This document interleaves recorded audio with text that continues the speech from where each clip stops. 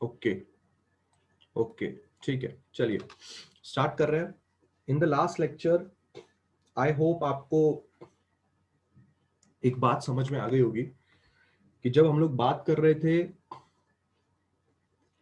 Resolution of vectors के बारे में,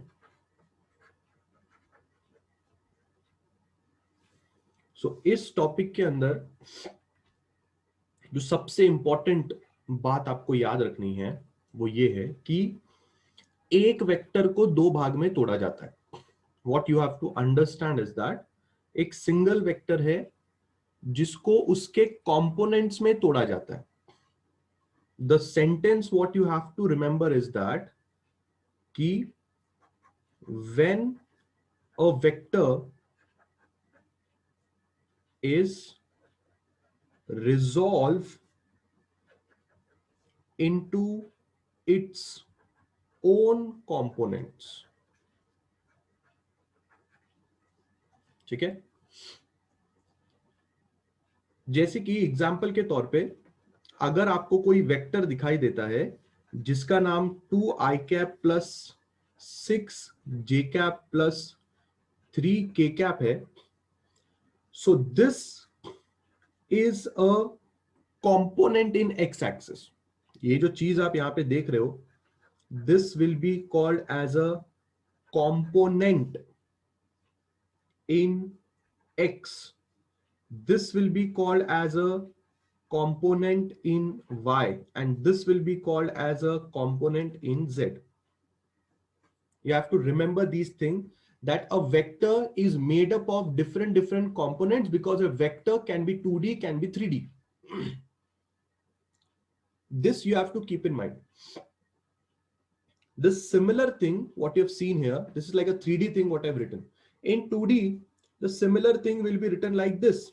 R vector is equal to 3i cap plus 4j cap. K cap वाला term नहीं आएगा. So again, this will be called as the component in x axis, and this will be called as the component in y axis. The point to be remembered is that these components belong to this vector. आप इसको break कर रहे हो. अब ये vector अगर मैं बनाना चाहूं रियलिटी में, तो ये वेक्टर आपको कैसे दिखाई देगा? रियलिटी में अगर हम बनाने की कोशिश करेंगे तो ये वेक्टर आपको दिखेगा कैसे? R vector is equal to 3i cap plus 4j cap. If you will start making this vector, कैसा दिखेगा? ये वेक्टर समझो ऐसा दिखाई दे रहा है, इस तरह से. This is the r vector which I have taken here. तो अब अगर मैं इस वेक्टर को ब्रेक करना चाहता हूं,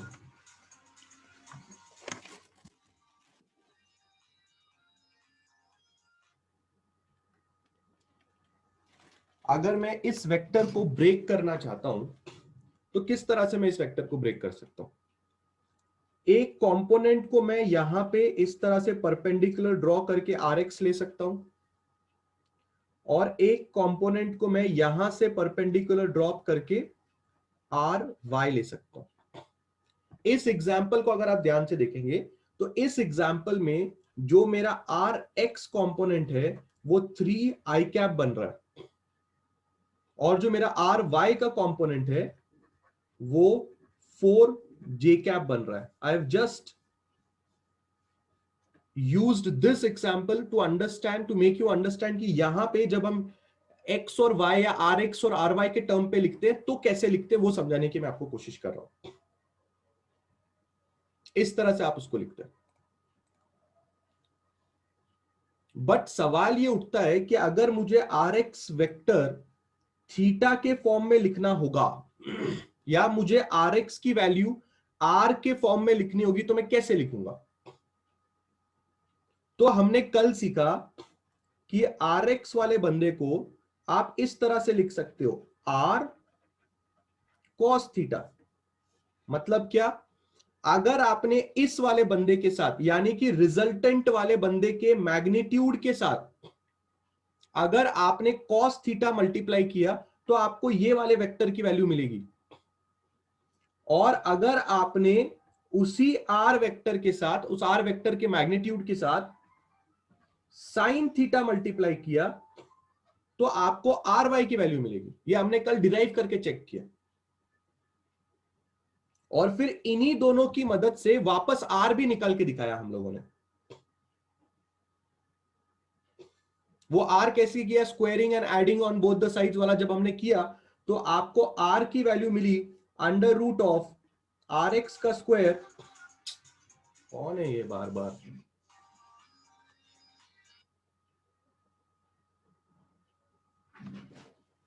just a minute class.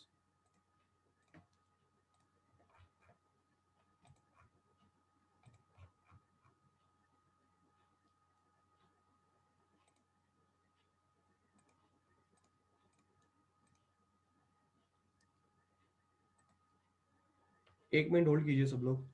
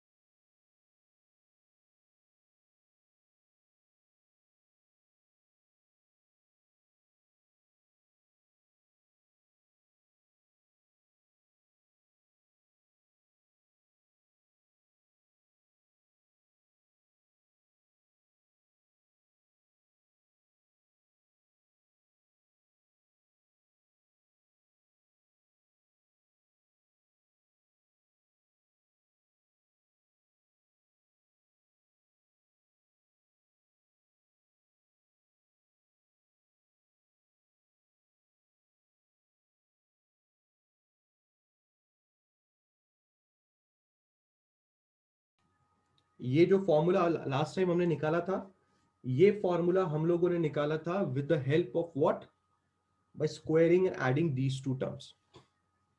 Resolution of vector में आपके पास एक वेक्टर होगा और उस वेक्टर के अलग अलग कंपोनेंट्स के बारे में आप बात करोगे। यही सेम फॉर्मूला अगर मुझे 3D में लगाना है तो यही सेम फॉर्मूला 3D में r का फॉर्मूला हो जाएगा आर एक्स का स्क्वायर प्लस आर वाई का स्क्वायर प्लस आर जेड का स्क्वायर। बस इतना सा फर्क 3D में आने वाला। So all of you have to pay attention in this thing कि कल मैंने आपको बताया कि parallelogram law of vector addition में क्या होता है। आपको दो अलग वेक्टर दिए जाते हैं, उन दो अलग वेक्टर को मिला के आप एक नया रिजल्टेंट वेक्टर बनाते हो। ये parallelogram law of vector addition की खासियत है। मैं रिपीट करता हूं, parallelogram law of vector addition में आपको दो अलग वेक्टर दिए जाते हैं जो सेम फिजिकल क्वांटिटी को बिलोंग करते हैं।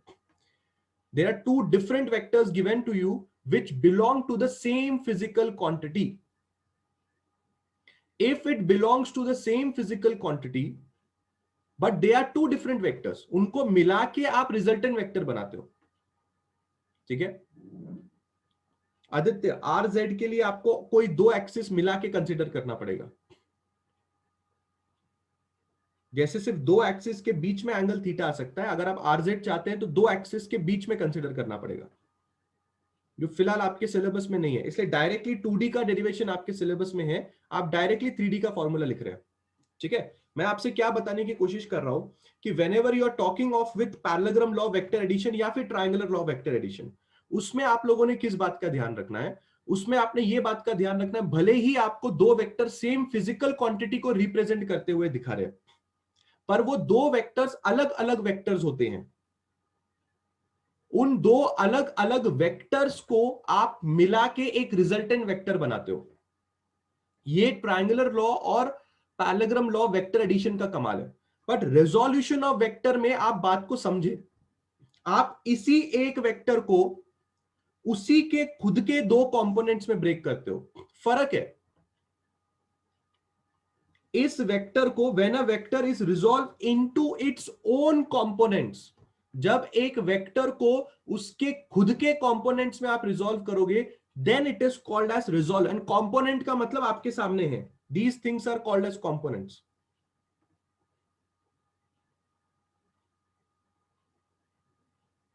Is everybody getting a point? मैं क्या बोलने की कोशिश कर रहा हूं? ये चीज लास्ट लेक्चर में भी समझाई थी, आज वापस समझाइए, क्या आपको रेजोल्यूशन ऑफ वेक्टर का इंपॉर्टेंस समझ में आ रहा है? गिव मी ए यस और नो एवरीबॉडी। कौन है ये ओप्पो A7? 1000 बार बोला है नाम रीनेम करने के लिए, 1000 बार बोला है नाम रीनेम करने के लिए। गिव मी ए यस और नो ऑल ऑफ यू।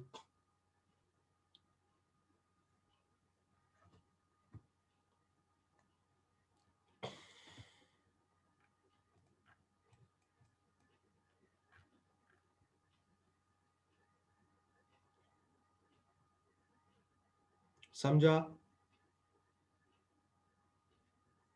बहुत ही बढ़िया।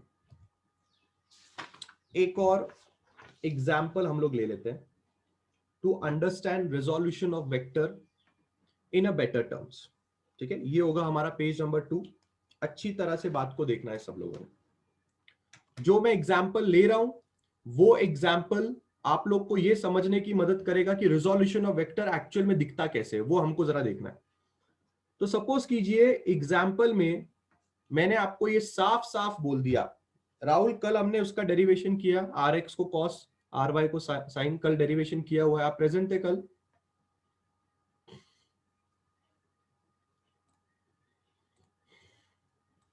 यस राहुल?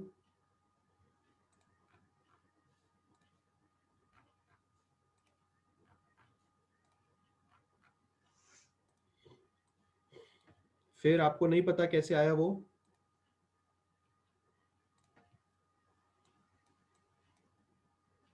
याद है डेरिवेशन किया था?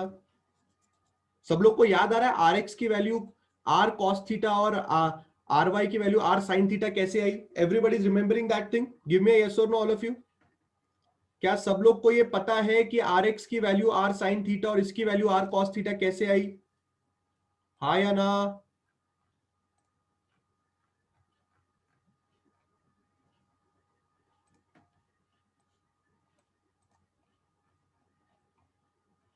रिप्लाई, सब लोग का रिप्लाई आना चाहिए। क्या घर जाके रिवाइज किया था?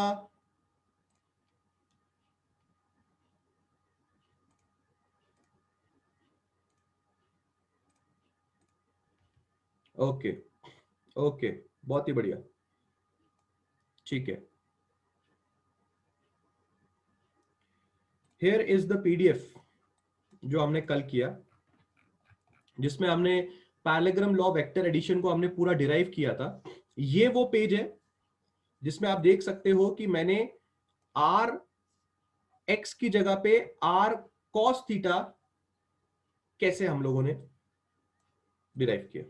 हम लोगों ने ये पर्टिकुलर ट्रायंगल कंसीडर किया था, इस ट्रायंगल में हमने कॉस थीटा लगाया और उसी ट्रायंगल में हमने साइन थीटा लगाया, तो हमें आर एक्स की वैल्यू आर कॉस थीटा और आर वाई की वैल्यू आर साइन थीटा मिली थी। ये कल का डेरिवेशन है। और फिर उसके बाद हम लोगों ने squaring and adding on both the sides किया था, तो हमें ये हमारा फाइनल फॉर्मूला मिल गया था। बराबर है? Everybody is understanding that thing? ठीक है, मैं एग्जाम्पल ले रहा था आप लोगों के सामने। एग्जाम्पल में जरा बिल्कुल ध्यान से अंडरस्टैंड करेंगे किस तरह से चीजें होंगी। अगर मैं आपको ऐसा बोलूं, अगर मैं आपको ऐसा बोलूं कि आपके पास एक आर वेक्टर है जिसका मैग्नीट्यूड 10 न्यूटन है। डायरेक्टली मैंने आपको उस आर वेक्टर का मैग्नीट्यूड दिया, डायरेक्टली मैग्नीट्यूड दिया, और मैंने आपको बोला है कि वो आर वेक्टर कुछ इस तरह से दिखाई देता है। कैसे दिखाई देता है? इस तरह से आपका आर वेक्टर दिखाई देता है। और अगर मैंने आपको पूछा कि ये आर वेक्टर एक्स एक्सिस में इसका कितना कंपोनेंट है, अब आप देख सकते हैं जो आर वेक्टर है उसको मैंने 10 न्यूटन लिखा है, तो चलिए इसको हम लोग फोर्स मान लेते हैं। We can take this as force. तो if I ask you the component of force vector in x axis and in y axis, and if I give you this theta as 30 degrees, अगर मैंने आपको ये theta 30 degrees का दे दिया, और अगर ये f वेक्टर है तो इसका कंपोनेंट x में और इसका कंपोनेंट y में आप कैसे लिखोगे? आपको इस वेक्टर को रिजॉल्व करना पड़ेगा। आपको इस वेक्टर को क्या करना पड़ेगा, रिजॉल्व करना पड़ेगा। मैंने आपको बताया है कि ये रियल लाइफ सिचुएशंस में आप जब न्यूमेरिकल्स करोगे तब रियल लाइफ सिचुएशंस में आपको एक वेक्टर को रिजॉल्व करने की जरूरत पड़ेगी। एंड आपको एक वेक्टर को रिजॉल्व करने की जरूरत क्यों पड़ेगी, मैंने पिछले लेक्चर में आपको वर्क डन वाला एग्जांपल दिखाया था। ये देखिए, इस वर्क डन वाले एग्जांपल में आपको ये मैंने समझाने की कोशिश की थी कि फोर्स और डिस्प्लेसमेंट वेक्टर दोनों के दोनों सेम डायरेक्शन में होने चाहिए। बट अगर ये दोनों सेम डायरेक्शन में नहीं है तो आप एक काम करो ना, आप इस फोर्स वेक्टर को ऐसा रिजॉल्व करो कि इसका एक आधा कंपोनेंट डिस्प्लेसमेंट के डायरेक्शन में मिल जाए। मतलब हम ये बोलने की कोशिश कर रहे हैं कि पूरा का पूरा फोर्स वेक्टर तो एक्स में नहीं लग रहा, बट फोर्स वेक्टर का कोई ना कोई कंपोनेंट तो एक्स में लगेगा। इसलिए जो फाइनल फॉर्मूला मैंने कल लिखा था वो लिखा था F cos theta into displacement, because पूरा का पूरा फोर्स वेक्टर डिस्प्लेसमेंट के डायरेक्शन में नहीं है, पर एफ कॉस थीटा उसमें से एक कंपोनेंट है जो डिस्प्लेसमेंट की डायरेक्शन में है। तो इसलिए हमें जरूरत पड़ सकती है कि हमें एक पर्टिकुलर फोर्स को या किसी भी क्वांटिटी को हमें रिजॉल्व करना पड़े, हमें इसकी जरूरत पड़ सकती है। इसलिए आपको रिजॉल्व करना आना चाहिए। तो किस तरह से रिजॉल्व करेंगे, इस वेक्टर को इसके भाग में कैसे तोड़ेंगे, यहां पे थीटा है, this will be called as F cos theta and this will be called as F sine theta. ध्यान से देखिए, ध्यान से देखिए, जो भी वेक्टर आपको दिखाई दे रहा है और वो वेक्टर जिस कंपोनेंट के साथ थीटा रखता है वो कॉस का कंपोनेंट होता है। ये बात को बार बार देखिए। अभी मैं और एग्जांपल्स लूंगा जब थीटा अपनी डायरेक्शन चेंज कर देगा। वापस एक बार रिपीट करता हूं, जिस कंपोनेंट के साथ थीटा होगा वो कॉस वाला कंपोनेंट होगा। अगर आप डेरिवेशन कल का देखेंगे, अगर आप डेरिवेशन कल का देखेंगे तो वो डेरिवेशन भी आपको इसी बारे में जानकारी देता है कि जिस कंपोनेंट के साथ थीटा आया, जैसे कि अगर ये आर एक्स वाला कंपोनेंट है, अगर उसके साथ थीटा आ रहा है तो आर एक्स के पास कॉक्स वाली वैल्यू आ रही है, और आर वाई के साथ थीटा नहीं है तो उसके साथ आर साइन थीटा वाली वैल्यू आ रही है। तो ये बात आप लोगों ने दिमाग में रखनी है कि जिस कंपोनेंट के साथ थीटा लगा होगा वो कंपोनेंट कॉस कंपोनेंट बनेगा। अगर मैं आपको एफ कॉस थीटा की वैल्यू पूछूं तो F cos theta is actually the x component of the force. And what is the x component of the force? What is the value of f? 10 multiplied by what is cos theta? Cos 30. Can anybody tell me how much is cos 30? Come on everybody. Cos 30 की value कितनी होगी? Cos 30, cos 30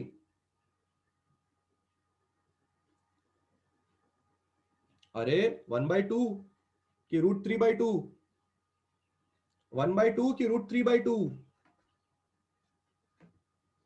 √3/2।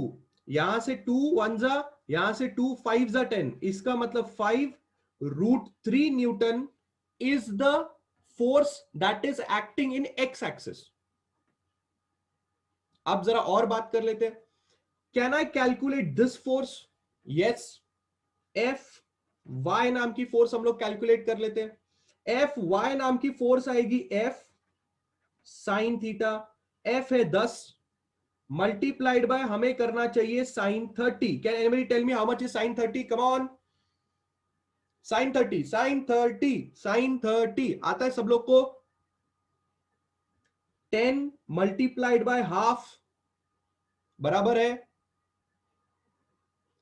यहां से 2 1 जा 2 5 जा, 5 newton is the force that is acting in your y axis. बराबर है।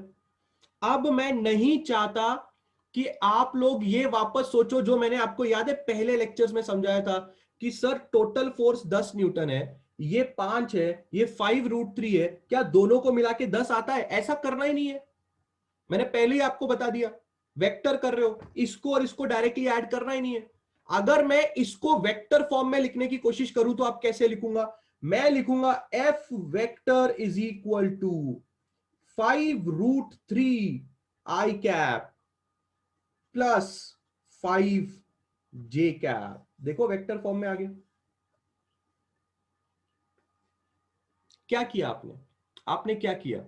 आपको मैंने एक पूरा का पूरा वेक्टर का मैग्नीट्यूड दिया था। आपने उस पूरे के पूरे वेक्टर के मैग्नीट्यूड को आपने ब्रेक किया। आपने सबसे पहले इस 10 न्यूटन में से एक्स कंपोनेंट को निकाला, फिर उसी 10 न्यूटन में से आपने वाई कंपोनेंट को निकाला, और फिर लोगों को बताने की कोशिश की कि देखो ये वेक्टर ऐसा दिखता है। अब तुम डायरेक्टली इसको देख के भी ये बता सकते हो कि इस फोर्स का एक्स कंपोनेंट कितना है, और डायरेक्टली इसको देख के भी बता सकते हो इस फोर्स का वाई कंपोनेंट कितना है। मतलब तुमने लोगों को ब्रेक करके दिखाया।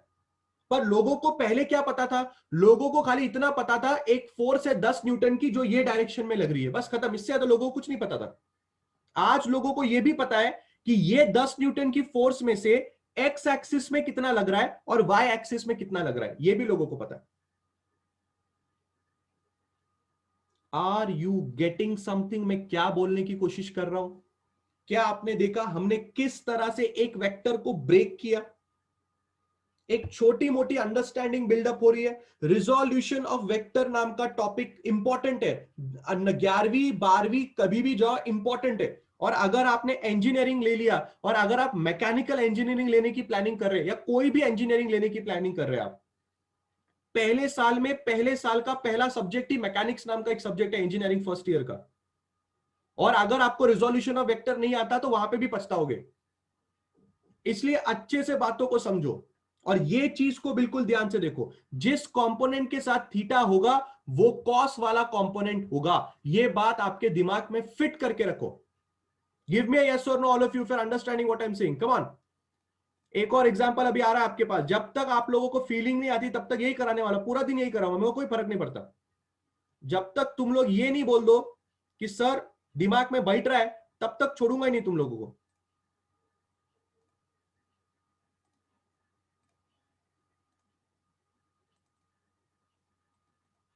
अंडरस्टैंडिंग है?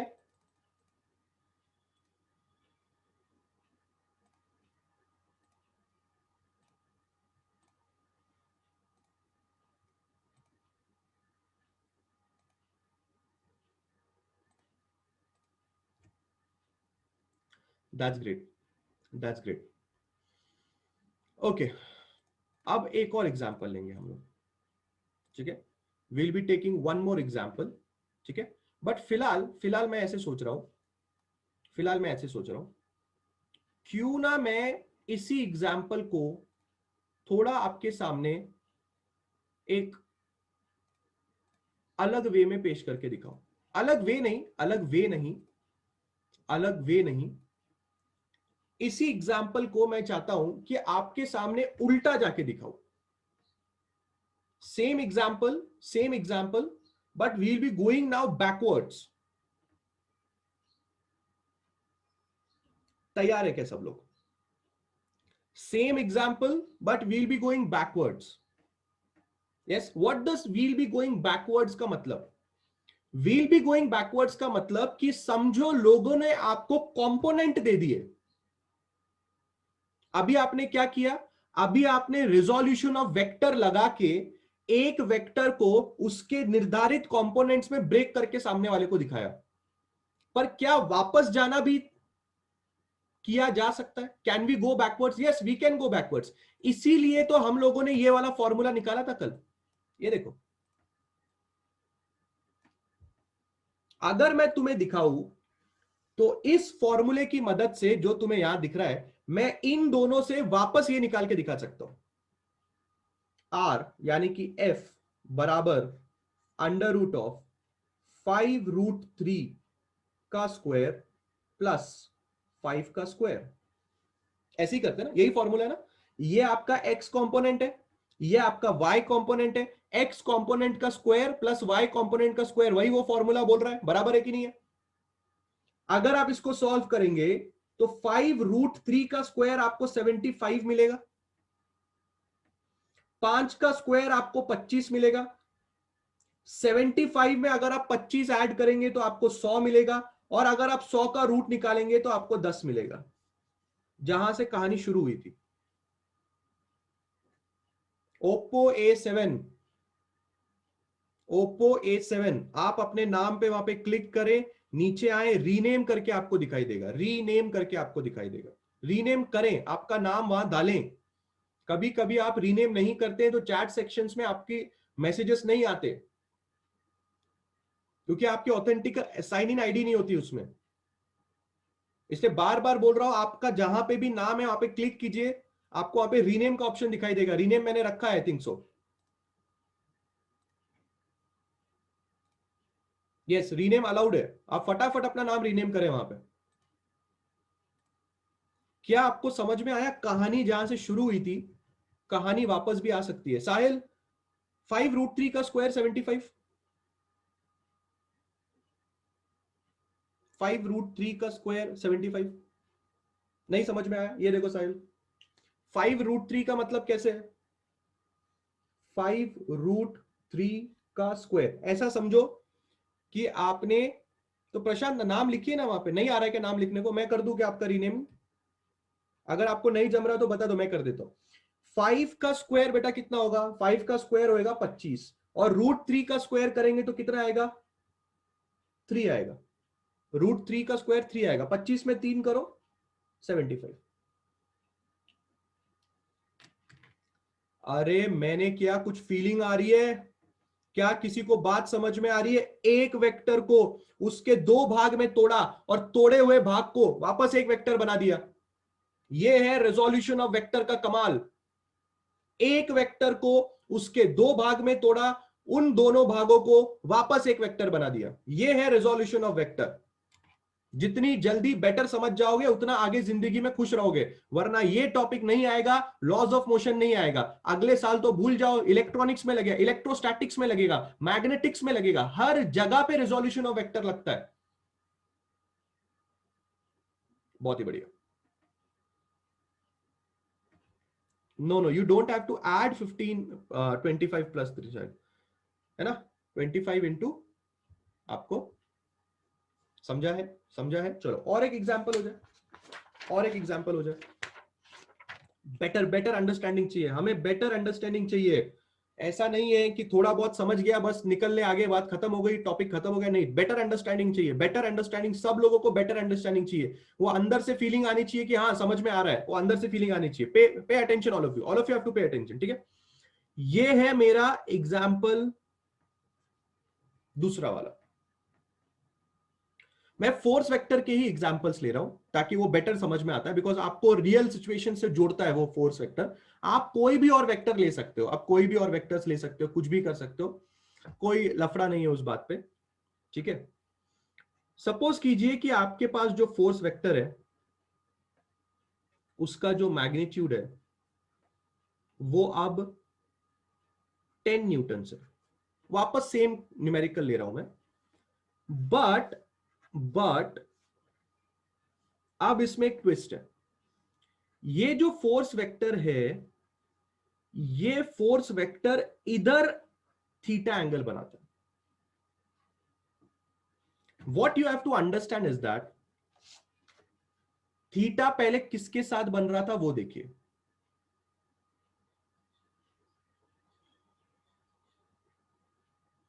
सेम फॉर्मूला रहेगा जिग्नेश, इस वाले जगह पे बिल्कुल ध्यान से देखिए। थीटा जो बन रहा था वो इस वाले बेस के साथ बन रहा था। अब मैंने थीटा किसके साथ बनाया, बिल्कुल ध्यान से देखिए। इन दोनों कंपोनेंट्स को हमें, दोनों डायग्राम्स को हमें अच्छे से कंपेयर करना है। और अभी के अभी मैंने यहां पे कुछ लिखा है, पढ़िए।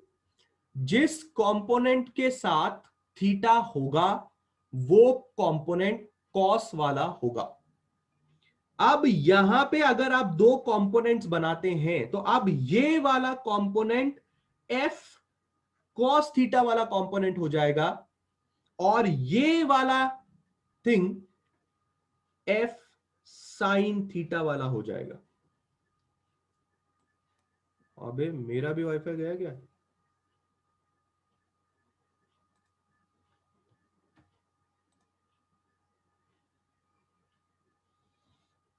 खतरनाक। एक मिनट। आज सुरेंद्र सर का भी वाईफाई गया है, मेरा भी गया है क्या? Network problem.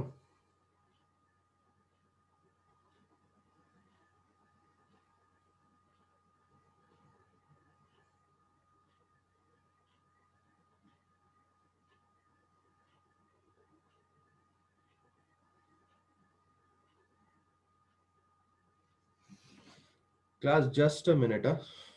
हाँ स्क्रीन ब्लैक दिख रहा है, एक मिनट रुको खाली।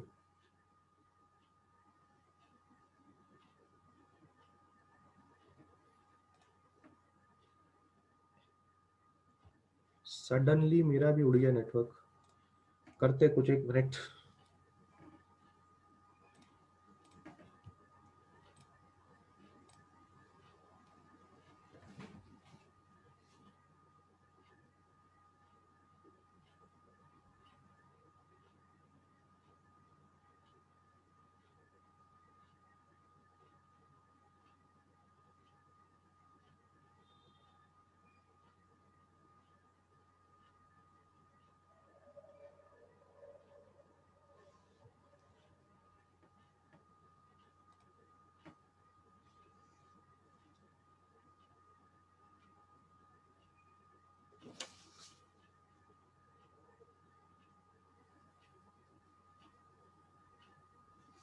ठीक है, बढ़िया। आ रहा हूँ आ रहा हूँ आ रहा हूँ संगीता, आ रहा हूँ, टेंशन मत लीजिए।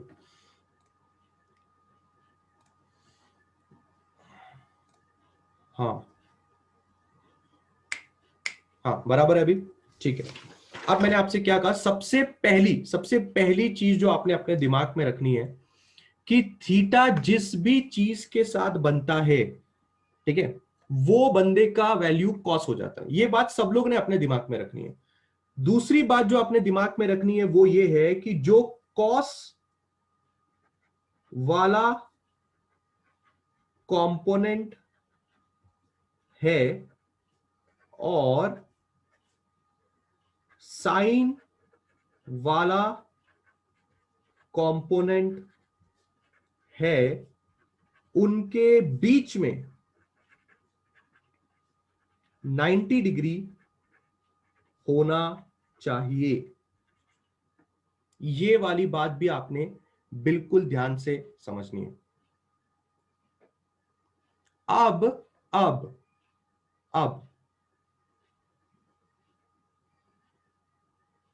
आ रहा हूं, all of you just wait. थोड़ी थोड़ी बातें पहले सीख लेते हैं, उसके बाद मैं आ रहा हूं। मुझे पता है आपके दिमाग में डाउट आ रहा होगा कि थीटा यहां लेना है कि वहां लेना है, ये कौन बताएगा? हम बताएंगे, कोई और बताएगा, एग्जाम में दिया होगा, क्या करना है ना? सबके बारे में आते हैं। पहले छोटी छोटी दो तीन बातें आप लोग मुझे पहले मुंडी हिला हिला के बताओगे कि हाँ सर मुझे ये समझ में आया कि जिस कंपोनेंट के साथ थीटा बनता है वो कॉस वाला कंपोनेंट होता है। दूसरी बात आप मुझे ये बताएंगे कि क्या आपको ये समझ में आया कि कॉस वाला कंपोनेंट, साइन वाला कंपोनेंट जो भी होगा, उन दोनों के बीच में हरदम 90 डिग्री का एंगल होना चाहिए। अगर आपको ये दो बातें समझ में आई है तो फिर आगे की बातें करने में मजा है। क्या ये दो बातें सबको समझ में आई है? पहली बात मैं रिपीट करता हूं, जिस भी कंपोनेंट के साथ थीटा चिपका हुआ होगा वो कंपोनेंट कॉस वाला कंपोनेंट बनेगा, और कॉस वाला कंपोनेंट और साइन वाले कंपोनेंट के बीच में 90 डिग्री का एंगल होना चाहिए। ये दो बातें सबको समझ में आई है क्या? जल्दी जल्दी बोलो, जल्दी जल्दी बोलो।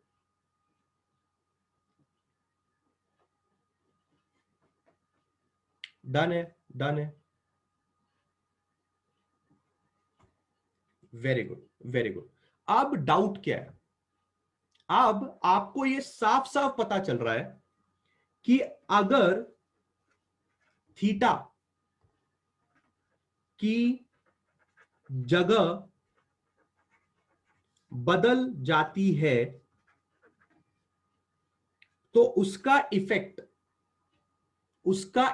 अगर थीटा की जगह, वरदान वही अपना ट्रायंगुलर वाला फॉर्मूला लगाओ जो कल यहां पे डेरिवेशन किया है ना, ये देखो, ये जो डेरिवेशन कल वाला किया है ना, सेम फॉर्मूला वरदान अपन यहां भी लगाएंगे। अब इसको थीटा मानो और इस ट्रायंगल में आप वही कॉस थीटा लगाओ, ऑटोमेटिकली आपको आर वाई की value a r cos theta मिल जाएगी। सेम डेरिवेशन जो यहां किया है वही डेरिवेशन यहां करना है, बस ये वाला ट्रायंगल कंसीडर करना है। तो फिर अपन को वापस ये वाली कंपोनेंट की value, this is F y and this is F x, वही होगा। ठीक है, मैं आप लोग से कह रहा था कि अगर थीटा की जगह बदल जाती है, अगर थीटा की जगह बदल जाती है, then cos component and sine component भी चेंज हो जाता है। हमने अभी ये चीज समझी। ठीक है,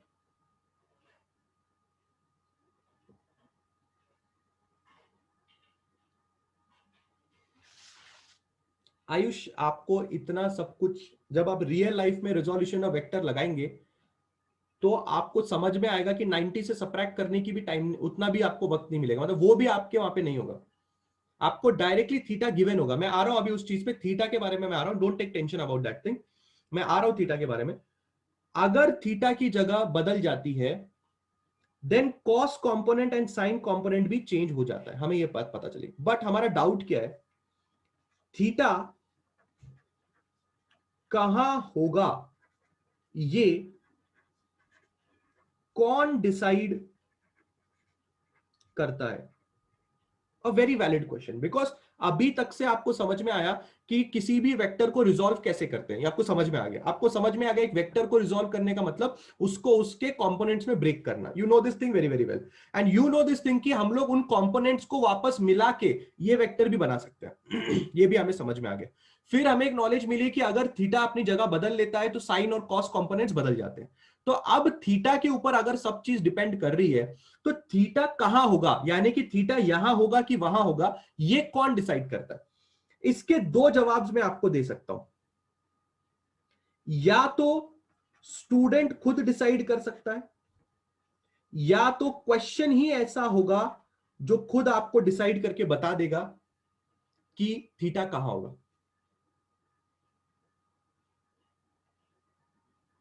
दोनों पॉसिबल चीजें। अब एक एग्जांपल मैं आपको देता हूं। स्टूडेंट डिसाइड करेगा, इसके चांसेस बहुत कम है, इसके चांसेस बहुत कम है। मतलब समझो 1% ऐसी जगह होगी, 1% भी मैंने ज्यादा बोल दिया, कि स्टूडेंट डिसाइड करेगा कि थीटा कहां होगा। क्वेश्चन ऑटोमेटिकली आपको इस बात का हिंट दे देगा कि थीटा कहां होगा, ऑटोमेटिकली आपको इस बात का हिंट दे देगा। बट जब तक मैं क्वेश्चन देखूंगा नहीं, तब तक मुझे कैसे पता चलेगा कि क्वेश्चन कैसे डिसाइड करता है?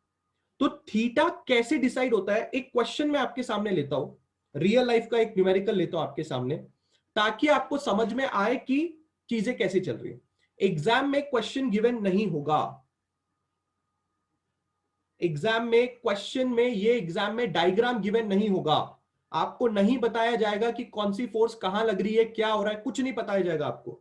It's totally your knowledge, it's totally your knowledge. और फोर्सेस कहां लग रही है, कैसे लग रही है, ये हम लोग लॉज ऑफ मोशन या सेकेंड या थर्ड चैप्टर में सीखेंगे कि कोई भी फोर्स कहां और कैसे लगती है। वो एक अगेन एक डिफरेंट टॉपिक है, जिसमें हम लोग खुद हमारे मर्जी से सीखेंगे कि एक पर्टिकुलर सिचुएशंस में फोर्सेस कैसे बनाते हैं, हम लोग खुद सीखेंगे। डोंट एक्सपेक्ट कि diagram for resolution of vector will be given to you. इसलिए मैंने आपको बोला कि थीटा कहां होगा ये कौन डिसाइड करता है, it is the question that decided, and it is a very low time when the student decides कि थीटा कहां लगेगा। अब क्या मैं एक रियल लाइफ का क्वेश्चन आप लोग के सामने रखूं, ताकि आपको समझ में आए कि थीटा कहां होगा ये डिसाइड कर सकते हैं? गिव मी यस और no for this. Yes Sahil, only question is given, no diagram is given.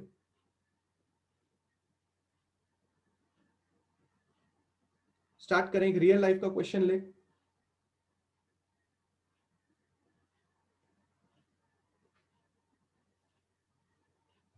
चलिए आगे बढ़ते हैं, एक रियल लाइफ का क्वेश्चन अपने सामने रखते हैं। ठीक है, सूरज, सूरज सब जगह आता है। अगर मैं आज का पूरा लेक्चर इस टॉपिक को डेडिकेट कर रहा हूं, इसका मतलब ये इंपॉर्टेंट चीज है। एंट्रेंस हो, जेई हो, नीट हो, सीईटी हो, किधर भी हो, ये चीज आने वाली है। इसलिए आपको रेजोल्यूशन ऑफ वेक्टर पता हो। और रेजोल्यूशन ऑफ वेक्टर का क्वेश्चन ऐसा नहीं आएगा कि ये वेक्टर है इसको रिजोल्व करो। रिजोल्यूशन ऑफ वेक्टर बड़े बड़े क्वेश्चंस में इस्तेमाल किया जाता है।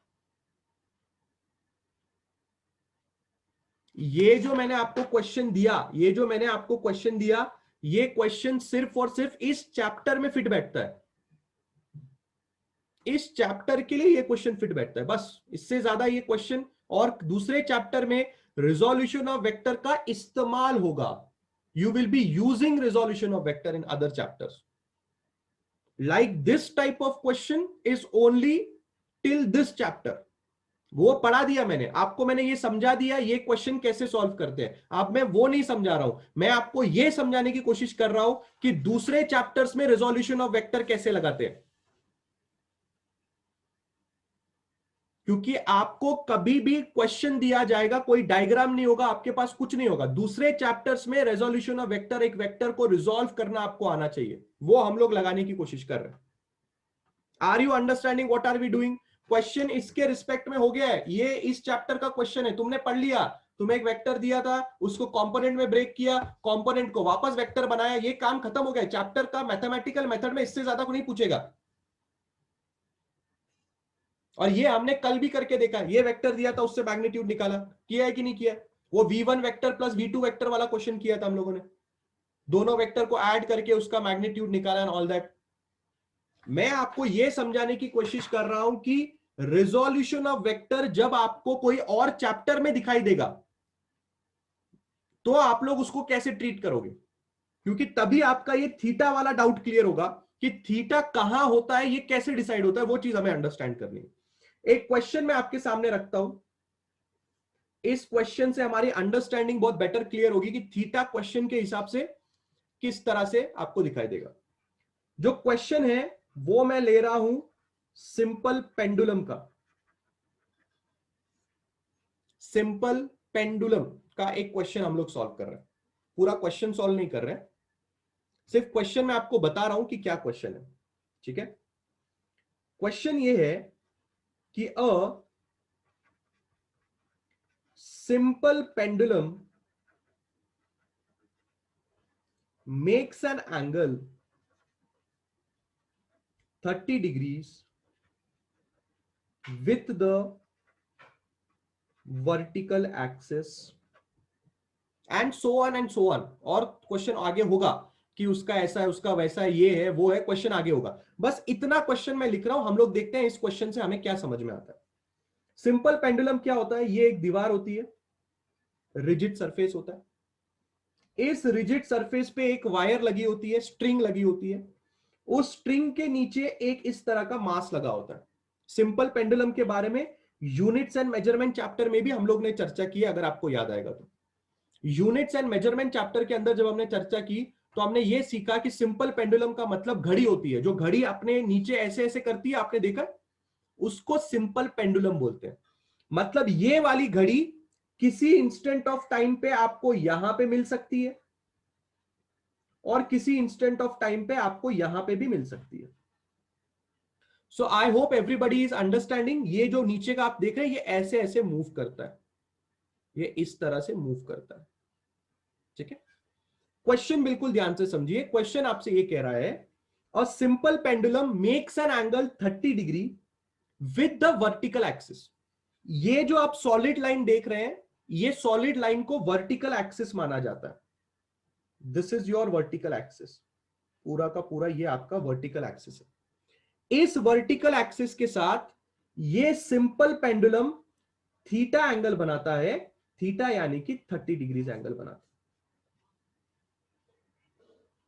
अब समझो क्वेश्चन में कुछ भी दिया हो, हमें ये निकालना है, हमें वो निकालना है, कुछ भी क्वेश्चन में दिया हो, थोड़ी बहुत बातें आपको पहले से पता होनी चाहिए। सबसे पहली बात, क्वेश्चन में क्या दिया हुआ है? क्वेश्चन में यह दिया हुआ है कि यह सिंपल पेंडुलम की रस्सी वर्टिकल एक्सिस के साथ 30 डिग्री का एंगल बनाती है। और आगे क्वेश्चन कुछ भी हो सकता है, आगे का क्वेश्चन कुछ भी हो सकता है, उसमें हमें इंटरेस्ट नहीं है, हमें अभी वाले क्वेश्चन को अच्छी तरह से सॉल्व करना है। ठीक है, प्लीज अच्छी तरह से बात को ध्यान से देखिए।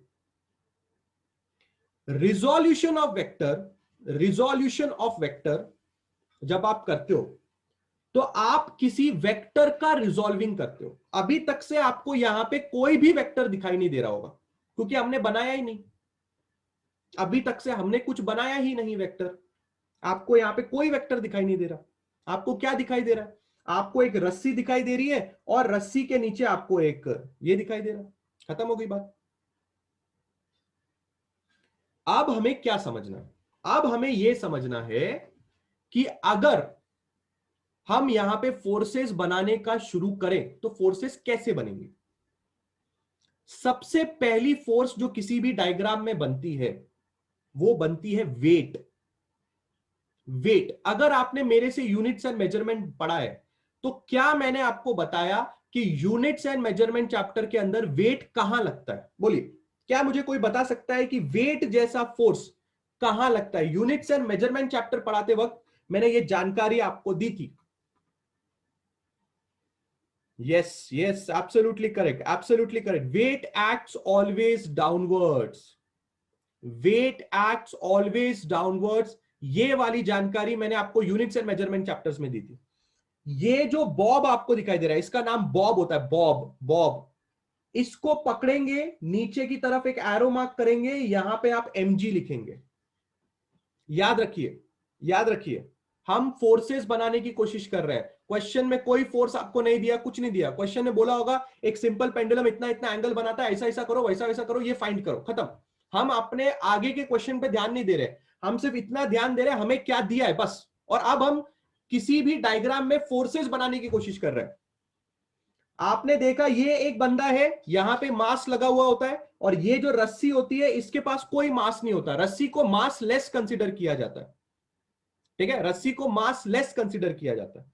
तो आपने एक फोर्स बनाया नीचे की तरफ mg, और ये mg नाम का जो आपने फोर्स बनाया उसको आप वेट बोलते हैं। वेट बराबर mg होता है, और आपको ये नॉलेज होनी चाहिए कि वेट हरदम नीचे की तरफ एक्ट करता है। अब दूसरी नॉलेज जो आपके पास होनी चाहिए, दूसरी नॉलेज जो आपके पास होनी चाहिए वो ये है कि अगर किसी भी रस्सी में, किसी भी रस्सी में अगर कोई मास लटका दिया जाए तो उस रस्सी में एक तनाव आता है, तनाव। सोच के देखिए, बात को सोच के देखिए, मैं क्या बोलने की कोशिश कर रहा हूं, बिल्कुल ध्यान से सोच के देखिए कि अगर आपके पास एक रस्सी है और उस रस्सी के नीचे मैंने एक मास को लटका दिया तो इस रस्सी में खिंचाव आएगा, खिंचाव, जिसको आप स्ट्रेस बोल सकते हो। सबसे आसान तरीका उसको बोलने का है टेंशन, जिसको डिनोट किया जाता है टी से। टेंशन यानी कि, टेंशन यानी कि वो फोर्स जो किसी रस्सी पे लगता है। कब लगता है? जब रस्सी में तनाव आता है। कब लगता है? जब रस्सी पे तनाव आता है। जैसे कि आप टग ऑफ वॉर खेल रहे हो, टग ऑफ वॉर आपको पता है, इधर 10 लोग, इधर 10 लोग, वो रस्सी को खींच रहे। तो रस्सी को जब खींचते हैं टग ऑफ वॉर के अंदर तो रस्सी पे एक स्ट्रेस आता है, रस्सी पे एक तनाव आता है। वो तनाव तब आता है जब किसी रस्सी पे कोई फोर्स लगता है। ये जो रस्सी है इसके नीचे एक मास लगा हुआ है जो नीचे की तरफ एक फोर्स लगा रहा है mg नाम का। तो इस मास की वजह से और इस वेट की वजह से रस्सी पे एक तनाव लगता है। तनाव यानी कि टेंशन लगता है। अब वो टेंशन आप कैसे बनाओगे? टेंशन बनाने का तरीका यह है कि टेंशन हरदम ऑब्जेक्ट से अवे बनाना पड़ता है, ऐसे। ये आपका टेंशन बन गया। अब कैसे बनाना, इसके बारे में जानकारी आगे चैप्टर्स में दूंगा, टेंशन मत लीजिए। फिलहाल खाली आपको इतना समझना है कि रस्सी में तनाव लग रहा है, बस, उससे ज्यादा आपको कुछ नहीं समझना है। और तनाव रस्सी में ऐसे लगता है, ऑब्जेक्ट से अवे लगता है, बस। अब आप देख सकते हैं कि एक क्वेश्चन में ना तो कुछ बोला गया था ना तो कुछ बताया गया था, मैंने मेरे खुद से फोर्सेस बना दिए। मैंने वेट बनाया, मैंने तनाव बनाया, टेंशन बनाया। अब अगर आप नोटिस करेंगे, अगर आप नोटिस करेंगे तो आपको एक बात समझ में आएगी कि mg नीचे की तरफ लग रहा है और टेंशन जो है वैसा आड़ा लग रहा है, आड़ा। अगर आप ध्यान से सोचेंगे तो mg जो है वो y एक्सिस में लग रहा है। पर अगर मैं आपको टेंशन के बारे में पूछूं कि टेंशन कहां लग रहा है तो आपका जवाब क्या है? क्या टेंशन x में लग रहा है कि टेंशन y में लग रहा है? क्या लगता है आपको, बोलो। अगर आपके दिमाग में x और y एक्सिस क्लियर है तो मुझे टेंशन का जवाब दो कि टेंशन कहां लग रहा है, x एक्सिस में लग रहा है कि y एक्सिस में लग रहा है। मैंने आपके लिए x एक्सिस और y एक्सिस दोनों बना दी, अब मुझे जवाब दो टेंशन कहां लग रहा है? एक्स में लग रहा है कि वाई में लग रहा है कि एक्स वाई दोनों के बीच में लग रहा है? क्या लगता है आपको टेंशन कहां लग रहा है? देखो, खाली इस वाले जगह को देखो, खाली इस वाले क्वेश्चन को देखो और मुझे बताओ कि टेंशन कहां एक्ट कर रहा है? एक्स में कर रहा है, वाई में कर रहा है कि एक्स और वाई के बीच में कर रहा है? क्या लगता है तुम लोगों को? हाँ हाँ हाँ, बहुत ही बढ़िया, बहुत ही बढ़िया। दोनों के बीच में लग रहा है, दोनों के बीच में लग रहा है। अब मुझे एक बात बताओ, अब मुझे एक बात बताओ, ये टेंशन, ये वाला टेंशन, ये फोर्स की तरह दिखाई दे रहा है क्या? क्या यह फोर्स भी एक्स और वाई के बीच में लग रहा था? देखो जरा, क्या ये टेंशन भी एक्स और वाई के बीच में लग रहा है? कुछ ऐसा आइडिया आ रहा है कि ये दोनों डायग्राम्स अब मिलते जुलते हो रहे हैं? रियल लाइफ सिचुएशन देखना है हम लोग को समझना है कि रियल लाइफ सिचुएशन में हमें किस तरह से चीजें मिलेंगी। आपको यहां पे समझ में आ रहा है कि जो फोर्स का वेक्टर है वो इन दोनों के एग्जैक्टली बीच में जा रहा है। यहां पे भी टेंशन का वेक्टर है, वो एक वर्टिकल है, एक हॉरिजॉन्टल है। अभी बनाया नहीं, अभी बनाना है, पर दिख तो रहा है, टेंशन बीच में, फोर्स भी बीच में। अब मुझे एक बात बताओ, क्या आपने कभी ऑल्टरनेट एंगल्स के बारे में सुना है? अगर क्वेश्चन में इस एंगल को थीटा दिया हुआ था तो मुझे ऐसा लगता है कि यह एंगल भी थीटा हो जाएगा। क्या बोलते हो? क्या मैंने सही लिखा है? अगर क्वेश्चन में ये एंगल थीटा है तो ये एंगल भी थीटा माना जा सकता है। Yes Ayush, absolutely correct. Z pattern form हुआ है, जेड पैटर्न फॉर्म हुआ है। क्या तुम्हें क्वेश्चन में ऐसा बोला गया था? क्या तुम्हें क्वेश्चन में ऐसा बोला गया था कि टेंशन नाम का फोर्स, टेंशन नाम का फोर्स थीटा एंगल बनाता है? बोला गया था? नहीं, क्वेश्चन में बोला गया था कि सिंपल पेंडुलम 30 डिग्री का एंगल बनाता है वर्टिकल के साथ। सोचो, क्वेश्चन में कोई और इंफॉर्मेशन दी हुई है, पर उस कोई और इंफॉर्मेशन को हम हमारे वेक्टर के रिजॉल्व में कैसा यूज करेंगे, जरा बिल्कुल ध्यान से देखो। अब ये डायग्राम कुछ ना कुछ इसके जैसे दिखने लग गया है। अब मेरे पास एक फोर्स है जो बीच में है, अब मेरे पास एक थीटा आ चुका है उस फोर्स में। अब तुम्हारी नॉलेज क्या बोलती है तुम्हें? अब तुम्हारी नॉलेज ये बोलती है कि इस बंदे को मैं दो भाग में तोड़ूंगा। पर तुम्हारे पास बहुत नॉलेज है। क्या नॉलेज है पता है कि तुम्हारे पास? तुम्हें पता है जिसके साथ थीटा चिपका हुआ होता है वो कॉस कंपोनेंट होता है। और यहां पे एक कंपोनेंट आएगा, बिल्कुल ध्यान से देखो किस तरह से मैंने उस टी को दो भाग में तोड़ दिया। और इस दो भाग में तोड़ने के लिए मैंने क्वेश्चन में दिए हुए थीटा को मेरे फोर्स के थीटा का इस्तेमाल करने पे मजबूर किया। और वो ऑटोमेटिकली हो जाएगा, वो ऑटोमेटिकली हो जाएगा। हर क्वेश्चन में ऐसा ऑटोमेटिकली हो जाएगा कि क्वेश्चन में जो थीटा दिया है वो आपके फोर्स के रिजॉल्विंग में कैसे ना कैसे तो अल्टरनेट एंगल्स, करस्पॉन्डिंग एंगल्स ऐसा कर करके आपके क्वेश्चन में इस्तेमाल हो जाएगा। आपको उसका टेंशन लेने की जरूरत नहीं है। पर अगर आपने मेरी दो बातें ध्यान से सुनी होंगी तो वो दो बातें अगर आप यहां पे लगाओगे तो आप बिल्कुल सही जाओगे। पहली बात मैंने गला फाड़ फाड़ के आपको समझाई है कि जिस भी बंदे के साथ थीटा लगा होता है वो कॉस कंपोनेंट होता है। दूसरी बात जो मैंने आपको समझाई है, कॉस वाला कंपोनेंट है और साइन वाला कंपोनेंट है, उनके बीच में 90 डिग्री होना चाहिए। क्या आपको दिखाई दे रहा है ये कॉस वाला कंपोनेंट है? क्या आपको दिखाई दे रहा है ये साइन वाला कंपोनेंट है? क्या आपको पता चल रहा है दोनों के बीच में 90 डिग्री का एंगल है? अगर मैं यही डायग्राम अलग से आपको बना के दिखाऊं तो नीचे की तरफ mg लग रहा है, इस तरफ टेंशन लग रहा था, और हमने इसको थीटा मान के इसको टी कॉस थीटा किया, इसको टी साइन थीटा किया। अब आगे क्या करना है वो हम आगे वाले चैप्टर्स में देखेंगे। हमको न्यूटन्स का फर्स्ट लॉ लगाना है, न्यूटन्स का सेकंड लॉ लगाना है, न्यूटन्स का थर्ड लॉ लगाना है। बड़ी बड़ी चीजें हैं। थर्ड फोर्थ चैप्टर में आते आते इसके आगे की कहानी मैं आपको समझाऊंगा कि ये क्वेश्चन के सॉल्विंग में कैसे काम आता है। फिलहाल हमारा मुद्दा वो नहीं है, ये इस क्वेश्चन को सॉल्व कैसे करना है हमारा मुद्दा वो नहीं है। हमारा मुद्दा ये है, हमारा मुद्दा ये है कि हम यहां पे टी को रिजॉल्व करना चाहते थे। अगर आप मुझसे ये भी डाउट पूछ सकते हो कि सर टी को रिजॉल्व करने का एक तो रीजन बता दो कि क्यों टी को रिजॉल्व करना है। न्यूटन अपने तीसरे लॉ में कहते हैं every action has an equal and opposite reaction. Newton अपने तीसरे लॉ में कहते हैं every action has an equal and opposite reaction. If you will understand, mg के ऑपोजिट t नहीं आ रहा था। mg नीचे जा रहा है तो t साइड में जा रहा है। न्यूटन के हिसाब से every action should have an equal and opposite reaction. तो mg के ऑपोजिट रिएक्शन कौन सा है? t cos theta. तो आपको पता चला कि mg के ऑपोजिट जो रिएक्शन फोर्स आ रही है वो t cos थीटा आ रही है। सुना है न्यूटन का थर्ड लॉ? सब लोगों ने सुना है? Has everybody heard Newton's का third law? Every action force has an equal and opposite reaction force। ये सब लोगों ने सुना है कि नहीं सुना है? पहले मुझे ये बात बताओ। Everybody has heard about Newton's का third law or not? Give me a yes or no about Newton's का third law। सुना है सब लोगों ने? Every action force has an equal and opposite reaction force। सुना है कि नहीं सुना है? स्टार्टिंग में कैसा हो रहा था? इधर mg था और इधर टेंशन था। क्या टेंशन एग्जैक्टली mg के ऑपोजिट है? क्या आप इस बात की गारंटी लेते हो कि टेंशन एग्जैक्टली mg के ऑपोजिट है? आप इस बात की गारंटी लेते हो ये डायग्राम देख के? नहीं ले सकते। आप नहीं ले सकते ये बात की गारंटी। और आप यहां पे न्यूटन्स का थर्ड लॉ भी नहीं लगा सकते। अगर लगाना है तो आप बता भी नहीं सकते ये कि एवरी एक्शन। तो क्या mg के ऑपोजिट कोई फोर्स नहीं लग रहा? लग रहा है। mg के ऑपोजिट फोर्स लग रहा है और वो फोर्स तुम्हें तब दिखने लगेगा जब तुम t को दो भाग में तोड़ोगे। जैसे ही तुमने टेंशन को दो भाग में तोड़ा तुम्हें दिखने लग गया कि mg के ऑपोजिट t cos थीटा लग रहा है। लग रहा है, पूरा का पूरा t नहीं लग रहा है, पर t का एक कंपोनेंट mg को संभाल रहा है।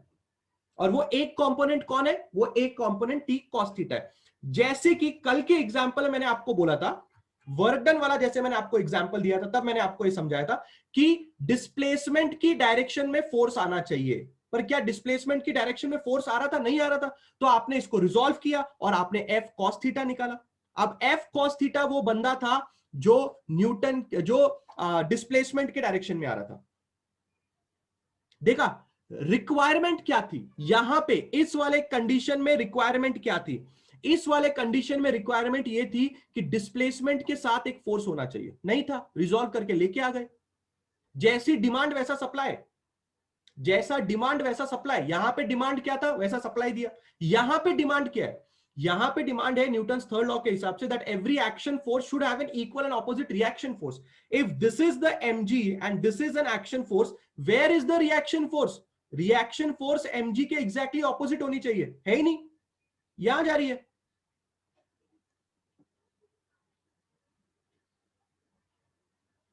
Krish, every action force has an equal and opposite reaction force. ये अपना न्यूटन्स का थर्ड लॉ है।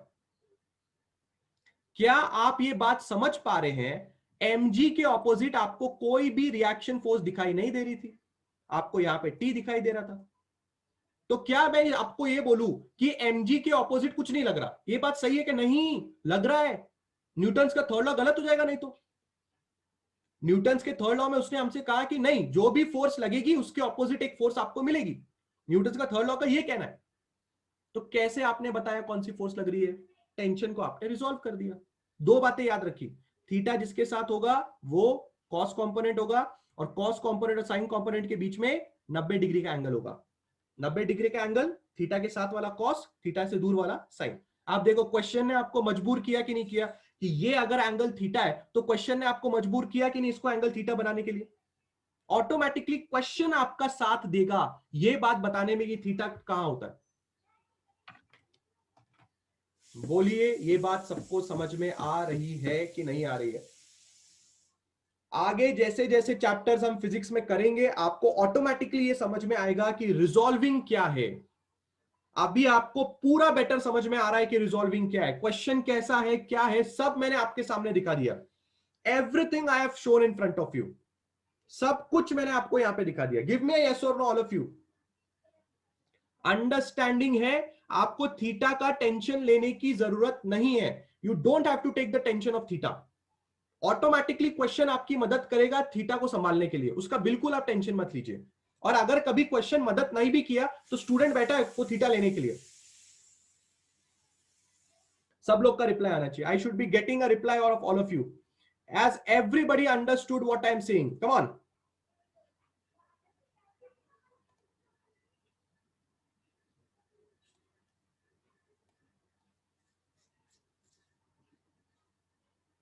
बहुत ही बढ़िया, बहुत ही बढ़िया। जब पेंडुलम में टू एंड फ्रो मोशन होता है तो बॉब कर्व फॉर्म करता है ना, तो आपने स्ट्रेट लाइन कैसे लिया? वो कर्व इतना छोटा होता है कि आप उसको स्ट्रेट लाइन कंसीडर कर सकते हैं। वो कर्व इतना छोटा होता है कि आप उसको स्ट्रेट लाइन कंसीडर कर सकते हैं। It's not so much curve, वो इतना भी ज्यादा कर्व नहीं होता। ठीक है चंद्रप्रभा, गेटिंग इट? वो कर्व इतना भी कर्व नहीं होता, आप उसको एक स्ट्रेट लाइन भी कंसीडर कर सकते हैं। ठीक है, बहुत ही बढ़िया बात। So class, currently what has happened, I'll tell you. Currently you have understood the resolving vector with respect to your this chapter. इस चैप्टर में कैसा रिजॉल्व होता है, फॉर्मूला कैसे लगता है, क्या लगता है, एक वेक्टर को उसके कंपोनेंट्स में ब्रेक करना, ब्रेक करके एक वेक्टर बनाना, वेक्टर से वापस आपने उसको एक ये बनाया, तो सब कुछ आप कर सकते हो। अमन कहां लेफ्ट साइड में को लगाएंगे तो सेम है, कहां लेफ्ट साइड में लगाना है अमन आपको? यस अमन, कहां लेफ्ट साइड में लगाना है आपको? लेफ्ट साइड में थीटा लगाएंगे, थीटा आपको लेफ्ट साइड में लगाना है, क्या लेफ्ट साइड में लगाना है आपको? अच्छा इधर, हाँ सेम आएगा, सेम आएगा, सेम आएगा। आप इसको थीटा पकड़ो, सेम आएगा। ऊपर वाला कंपोनेंट टी कॉस थीटा ही आने वाला है। जो ऊपर जा रहा है ना कंपोनेंट, वो टी कॉस थीटा ही आएगा, और जो अंदर की तरफ कंपोनेंट जा रहा है वो टी साइन थीटा ही आएगा। आप इधर लगाओ या इधर लगाओ, एक ही काम होने वाला है। ठीक है अमन? हाँ, मैं आप लोग से ये कह रहा था कि now you are comfortable with this thing that you know it very very well, कि अगर आपको कोई भी वेक्टर दिया हो तो उसको दो कंपोनेंट्स में कैसे तोड़ते हैं, और कंपोनेंट्स में टूटा हुआ वेक्टर को एक वेक्टर कैसे बनाते हैं, ये दोनों चीजें आपको समझ में आ रही हैं। प्लस आपको ये भी समझ में आ रहा है कि रिजोल्यूशन ऑफ वेक्टर जो चीज है वो रियल लाइफ में, रियल क्वेश्चंस में कैसा आप अंडरस्टैंड करेंगे। This is just one of an example to get you an idea and to come make you come out of this thing, make you come out of the thing कि theta कौन decide करेगा, कैसे करेगा, क्या करेगा। जैसे जैसे हम लोग आगे चैप्टर्स में बढ़ेंगे, हम लोग लॉज ऑफ मोशंस में आएंगे, हम लोग ये करेंगे, हम लोग वो करेंगे, वहां पे हम लोग पढ़ने वाले हैं FBD. One of the very important thing which you should know, free body diagram नाम है उस चीज का। फ्री बॉडी डायग्राम का मतलब होता है कि हमें एक ऑब्जेक्ट पे लगने वाली सारी फोर्सेस को ड्रॉ करना है। जैसे मैंने अभी आपको फोर्स करके दिखाया, स्क्रैच से कोई क्वेश्चन में फोर्स दी भी नहीं हुई थी, मैंने खुद के नॉलेज से फोर्स बनाया। इसको एफबीडी बनाना बोलते हैं। और जब भी आप एफबीडी बनाते हो तो एफबीडी बनाने के टाइम रिजॉल्विंग इज मस्ट। आपको कोई ना कोई ऐसा फोर्स मिलेगा जो आड़े टेढ़े डायरेक्शन में जा रहा होगा, और उस फोर्स को जो आड़े टेढ़े डायरेक्शन में जा रहा होगा, उस फोर्स को अपने को एक्स और वाई में लाने के लिए तोड़ना ही पड़ेगा उसको। पर कैसे तोड़ोगे अगर तुम्हें रिजॉल्विंग नहीं आता तो? जैसे कि ये टेंशन वाला फोर्स नहीं है, एक्स और वाई में नहीं था, तो तुम्हें इसको तोड़ना पड़ा ताकि ये एक्स और वाई में आए, ताकि ये हमारे रेगुलर फॉर्मेट में दिखाई दे।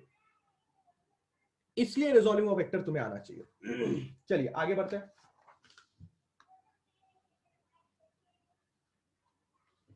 बहुत बढ़िया। अब हम लोग जा रहे हैं और कुछ टॉपिक को देखने के लिए। ठीक है,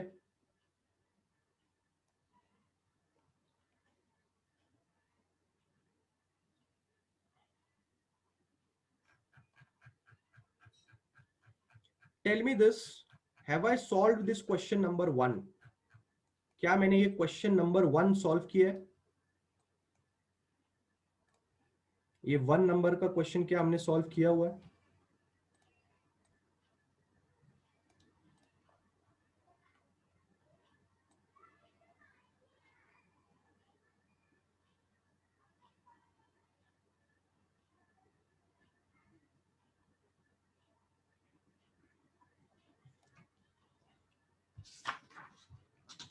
सावली, थीटा जो होता है, जो थीटा होता है, वो थीटा रिजल्टेंट और कंपोनेंट के बीच का एंगल थीटा होता है।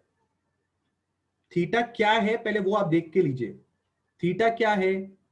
थीटा रिजल्टेंट और आपके कंपोनेंट के बीच का एंगल थीटा है। और 90 कौन है? दोनों कंपोनेंट के बीच का एंगल 90 है। तो आप अगर एक कंपोनेंट बना रहे हो, आप अगर किसी जगह पे एक कंपोनेंट बना रहे हो, सपोज कीजिए आप इस वेक्टर को रिजॉल्व कर रहे हो, सपोज कीजिए किसी ने आपको ये वेक्टर दिया f vector and you want to resolve this vector, you cannot resolve this vector like this. You cannot, if this is theta, you cannot call this as f cos theta and you cannot call this as f sin theta. This is wrong. ये गलत है.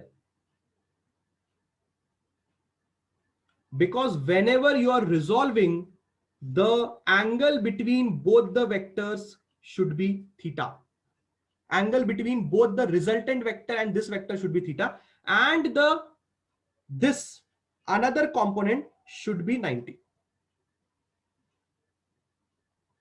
Sign के बाजू वाला 90 होगा क्या? अरे नहीं बाबा, टोटल एंगल 90 है तो साइन के बाजू वाला एंगल 90 कैसे हो जाएगा?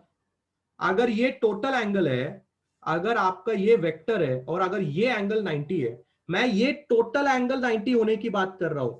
एफ साइन थीटा और एफ कॉस थीटा के बीच में एंगल 90 होगा, ये मैं बोल रहा हूं.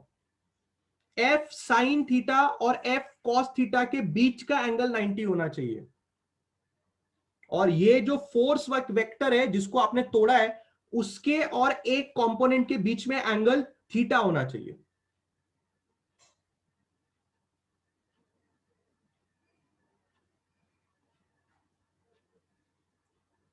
सूरज अभी क्या समझाया? ये अभी इतना बड़ा तो समझाया, वापस वही पूछते हो. ये क्या समझाया अभी कि क्वेश्चन में थीटा कैसे दिया होगा और क्या करेंगे? अभी तो पूरा लेक्चर हुआ, आधा घंटा इसमें तो गया. वापस वही सेम क्वेश्चन पूछते हो. थीटा नहीं दिया होगा तो कहां लेंगे?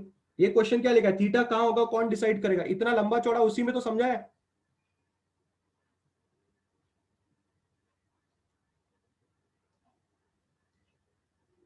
दिख रहा है क्या? हाँ सूरज माने, फिर अभी आधा घंटा बैठ के वही तो समझाया कि थीटा आपको टेंशन लेने की जरूरत नहीं है. थीटा क्वेश्चन में किसी ना किसी फॉर्म में दिया होगा, आपको उसका टेंशन लेने की जरूरत नहीं है. और अगर स्केलर्स एंड वेक्टर्स होगा तो भी थीटा आपको पहले से दिया होगा, उसका टेंशन लेने की जरूरत नहीं. थीटा किसी ना किसी फॉर्म में आपको मिल जाएगा, जैसे यहाँ पे ऑल्टरनेट एंगल्स के फॉर्म में मिल गया. आप ये टाइम पे थे क्या सूरज? क्या आप अभी अभी आए लेक्चर में? ये टाइम पे थे क्या आप? सिंपल पेंडुलम जब पढ़ा रहा थे क्या आप?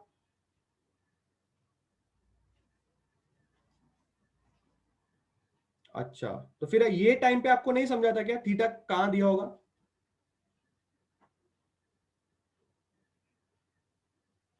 समझ में आया क्या? समझा? That's really great. चलो आगे बढ़ते हैं. आई होप एवरीबडी इज अंडरस्टैंडिंग. गलत है ये तरीका. देखो, एफ साइन थीटा और एफ कॉस थीटा के बीच में 90 डिग्री बनना चाहिए. 90 डिग्री नहीं बन रहा, गलत. ये बात भी ध्यान रखनी है आप लोगों ने. चलिए आगे बढ़ते हैं. मैंने आप लोग से पूछा कि क्या हम लोगों ने फर्स्ट क्वेश्चन सॉल्व किया था? Answer was I think no, नहीं किया सॉल्व. बराबर है. फर्स्ट क्वेश्चन सॉल्व करने जा रहे हैं. सब लोग का ध्यान यहां पे होना चाहिए. First question we are solving. Everybody have to pay attention. सब लोगों का ध्यान यहां पे होना चाहिए.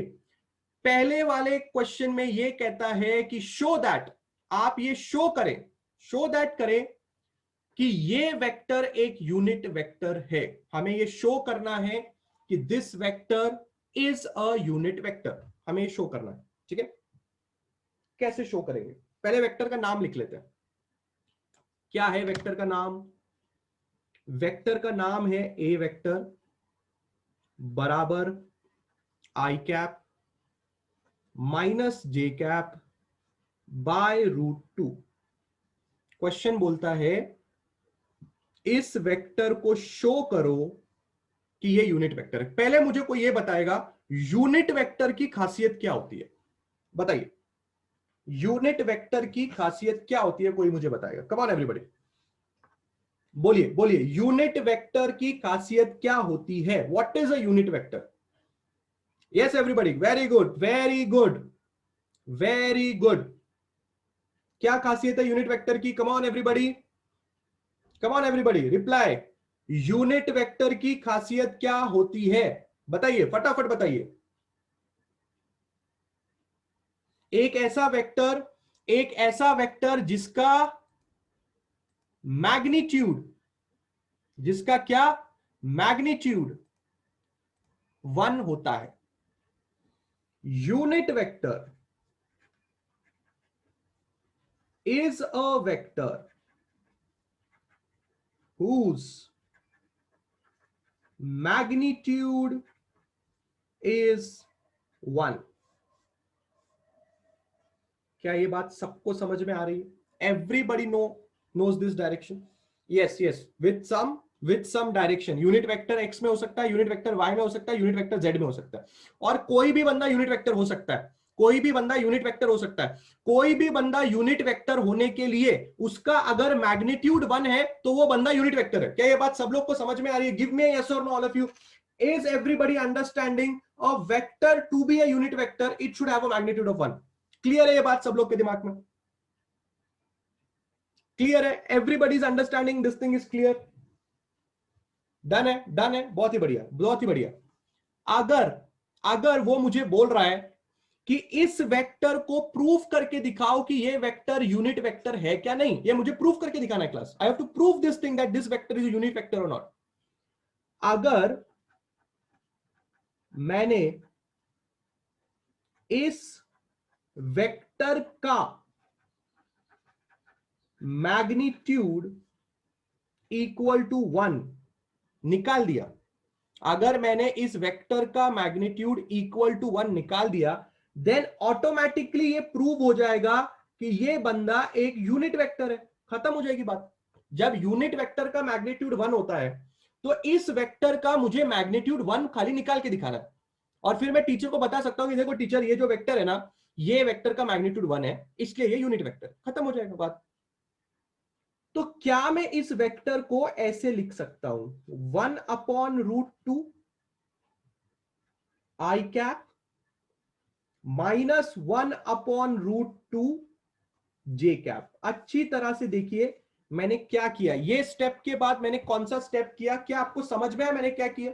Nothing to be worried, nothing to be worried. मैंने सिर्फ इसको पकड़ के इससे नीचे डिवाइड किया, इसको पकड़ के इसके नीचे डिवाइड किया। अगर आप इसका एलसीएम लेंगे, if you take an LCM of this thing, वही आने वाला है।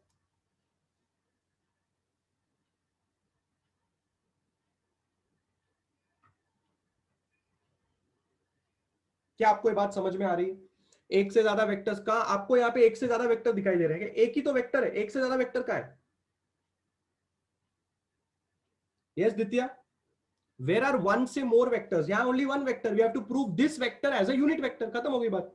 पहले सब लोग मुझे इस सवाल का जवाब दो। ये स्टेप से ये स्टेप सबको समझ में आया मैंने क्या किया? गिव मी यस और no all of you.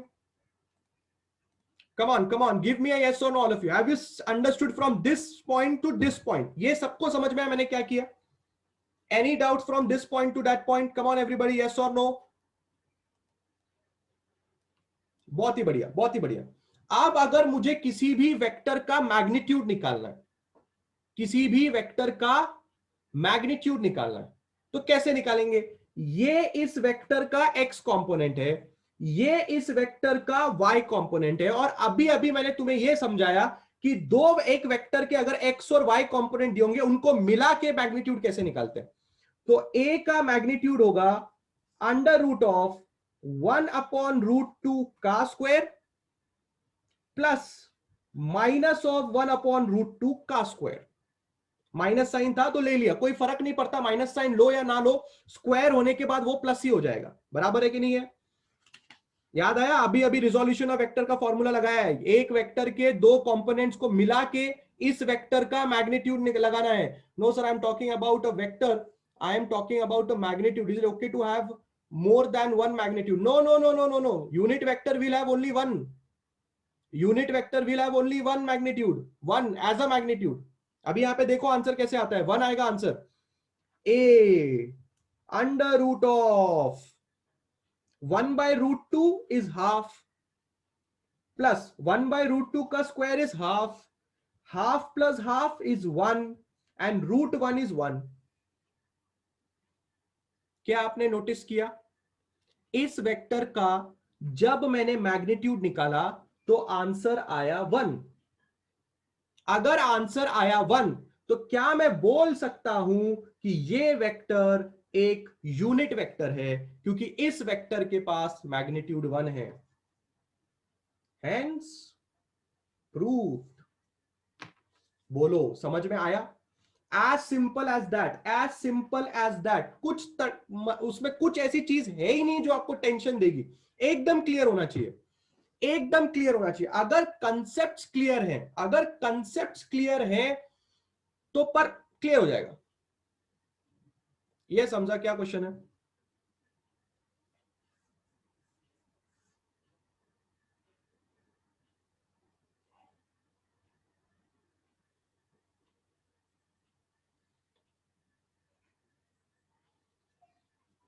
Nine होगा हमजा। अच्छा, रूट ऑफ -3। नहीं नहीं नहीं नहीं नहीं, रूट के अंदर माइनस कैसे आएगा? रूट के अंदर माइनस कैसे आएगा? कॉम्प्लेक्स बना रहे हो आप रूट के अंदर माइनस डाल रहे हो। ऐसा बोलोगे तो ठीक है, -√3 अलग बात हो गई। अगर आप इसका स्क्वायर करोगे तो 3 आएगा, पर आप बोल रहे हो ऐसा, ये खतरनाक, ये कॉम्प्लेक्स में जा रहा है। समझा हमजा?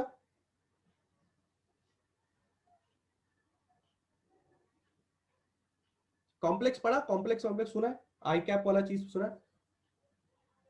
आई आई आई के बारे में सुना है? कॉम्प्लेक्स आई, आयोटा सुना है? वहां जा रहे हो आप फिर? हाँ, वही वही जा रहे हो। अगर ये क्वेश्चन सब लोग के दिमाग में क्लियर है तो क्या हम आगे बढ़ सकते हैं? हाँ, ए का मैग्नीट्यूड 1 आया ना? ए का मैग्नीट्यूड 1 आया कि नहीं आया? ए का मैग्नीट्यूड 1 आया, मतलब इस वेक्टर का मैग्नीट्यूड 1 है। अगर इस वेक्टर का मैग्नीट्यूड 1 है, तुम्हें क्या पता चलता है कौन से वेक्टर का मैग्नीट्यूड 1 होता है? जो यूनिट वेक्टर होता है। ये लो, यूनिट वेक्टर है। तुम्हें वो स्टोरी याद करनी पड़ेगी जिस दिन मैंने तुम्हें एक स्टोरी समझाई थी कि दुनिया का कोई भी वेक्टर यूनिट वेक्टर हो सकता है।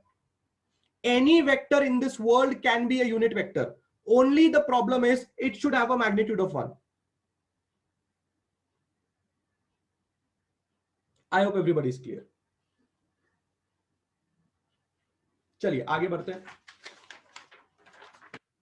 हाफ प्लस हाफ 1 होता है बेटा, और ऊपर रूट है तो रूट 1 हो जाएगा।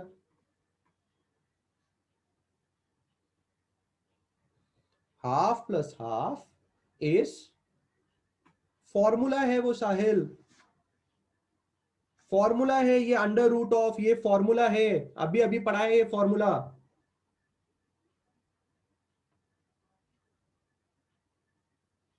अभी अभी ये फॉर्मूला पढ़ाया, √ऑफ RX² + RY²।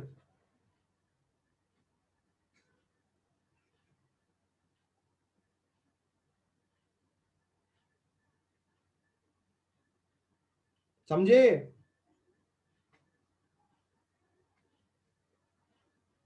साहिल जरा आपको मैं अनम्यूट करता हूं।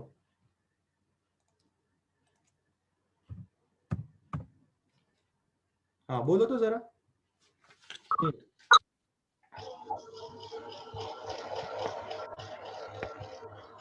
यस, बोलो।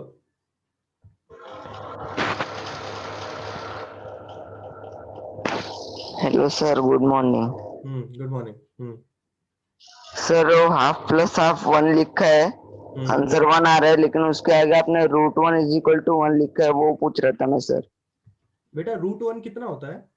अगर रूट के अंदर 1 होगा तो आंसर कितना आएगा? सर उसका भी आंसर 1 आएगा, लेकिन डायरेक्ट 1 भी लिख सकते हैं ना हम लोग? ये स्टेप के बाद ये स्टेप नहीं आएगा।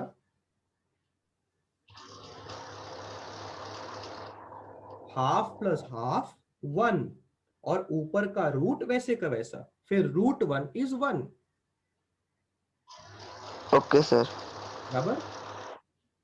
Yes sir.